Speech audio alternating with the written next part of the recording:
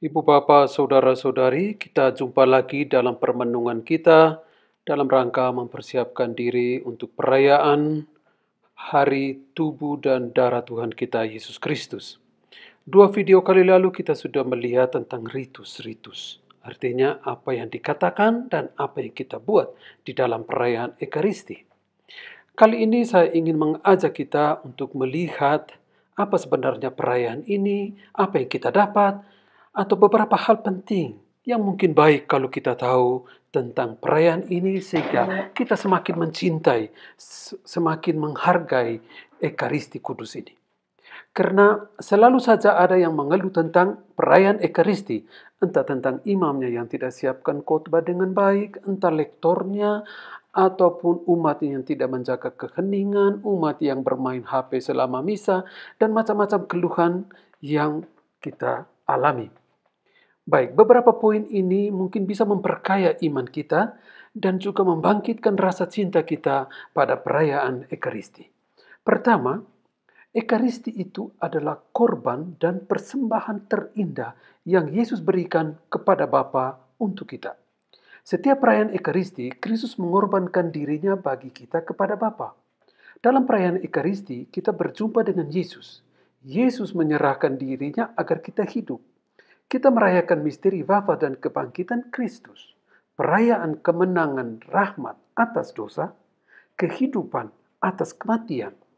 Yesus dalam perayaan Ekaristi menjadi sumber hidup, sumber kesehatan, sumber energi, sumber kekuatan ilahi agar kita bisa hidup secara benar dan secara baik sebagai manusia yang beriman.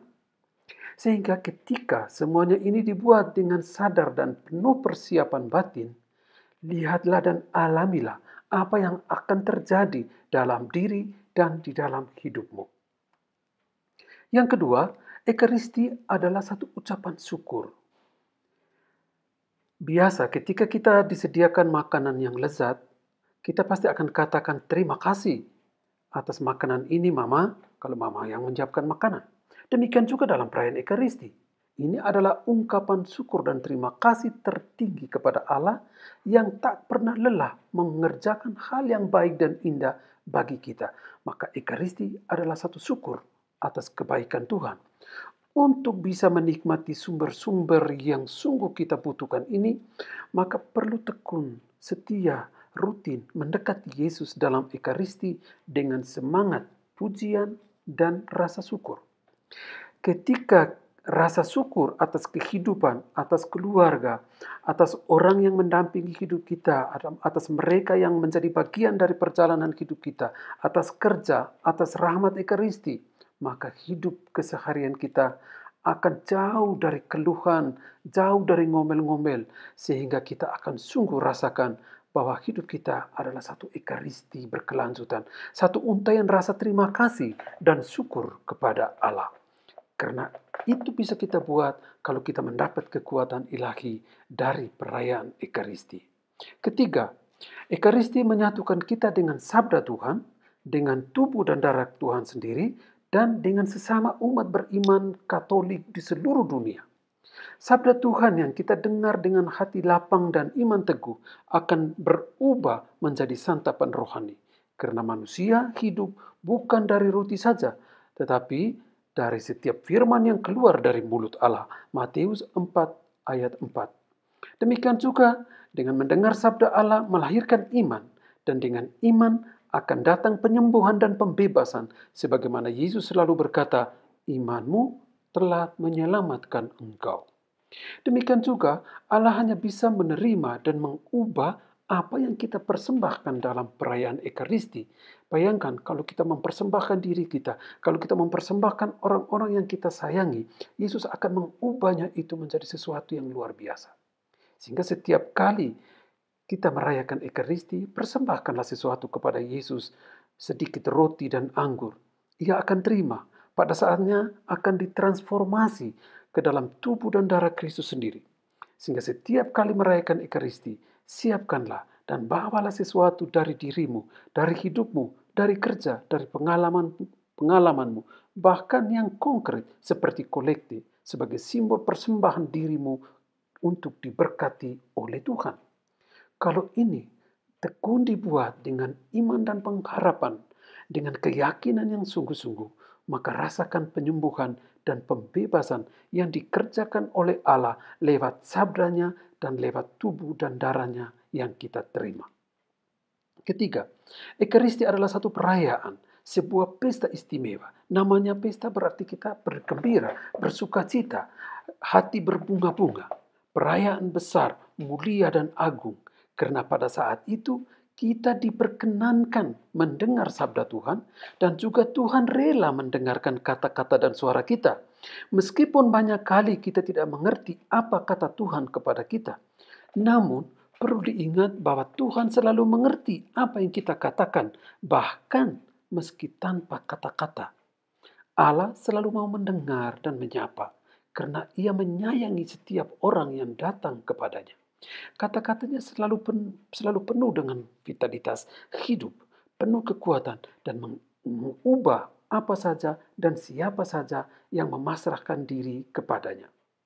Kalau aspek ini sungguh disadari dan dirindukan serta dibuat dengan baik, maka saya yakin kita akan selalu rindu dan tidak mau kehilangan kesempatan untuk mengalami rahmat Ekaristi karena itu adalah kekuatan kita. Keempat, Ekaristi adalah tanda eskatologis, artinya tanda yang memperlihatkan apa yang akan terjadi, janji akan masa depan, jaminan kedatangan kembali dalam kemuliaan. Karena Yesus katakan, sebab setiap kali kamu makan roti ini dan minum cawan ini, kamu memberitakan kematian Tuhan sampai Ia datang. Kita bisa mengerti demikian, bahwa Ekaristi adalah perayaan perjumpaan kita dengan Kristus yang menang. Maka dalam perayaan Ekaristi, kita diperkenankan untuk mengalami sedikit dunia di mana Yesus hidup, yakni dunia surgawi. Jadi Ekaristi adalah perayaan menghadirkan dan mengantisipasi keadaan kita kelak sebagai orang-orang yang tertebus, orang-orang yang terbebaskan dan tersembuhkan. Meski yang kita alami di dunia ini di dalam perayaan kudus Ekaristi masih sangat terbatas. Tetapi bila sungguh dihayati, dialami dan dirasakan benar, maka saya sangat yakin juga kita akan sangat bangga menjadi orang Katolik dan akan selalu rindu menimba kekuatan hidup dari perayaan Ekaristi. Dalam perayaan Ekaristi ada dinamika rahmat, yakni di satu sisi peristiwa kehadiran Kristus yang bangkit dalam dunia dan dalam hidup kita.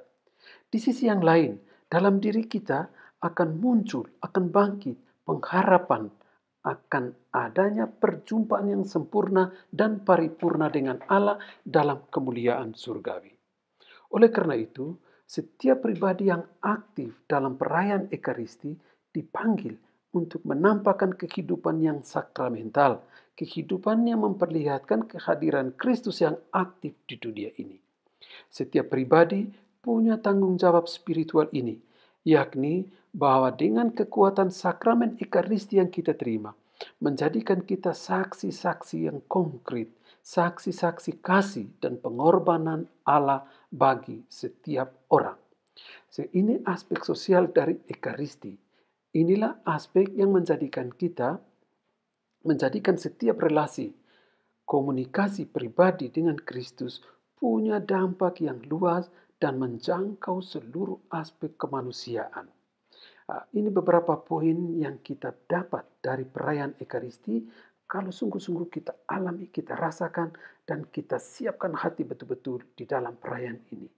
Sehingga saya mengajak, mari kita menghayati perayaan Ekaristi, mencintai Ekaristi, karena ini adalah sumber utama, kekuatan utama yang mengubah hidup kita setiap hari. Mari kita mohon berkat Tuhan. Tuhan sertamu dan sertamu juga. Semoga saudara-saudariku sekalian diberkati oleh Allah yang Maha Kuasa, Bapa dan Putra dan Roh Kudus. Amin. Terima kasih sudah bergabung di channel ini, sudah nonton video ini. Semoga berkat Tuhan senantiasa menyertai saudara-saudariku sekalian, dan bila merasa bahwa video ini berguna, berbahagilah dengan sesama agar makin banyak orang yang mengalami cinta kepada Tuhan dan cinta dari Allah melalui Ekaristi. Tuhan memberkati. Amin.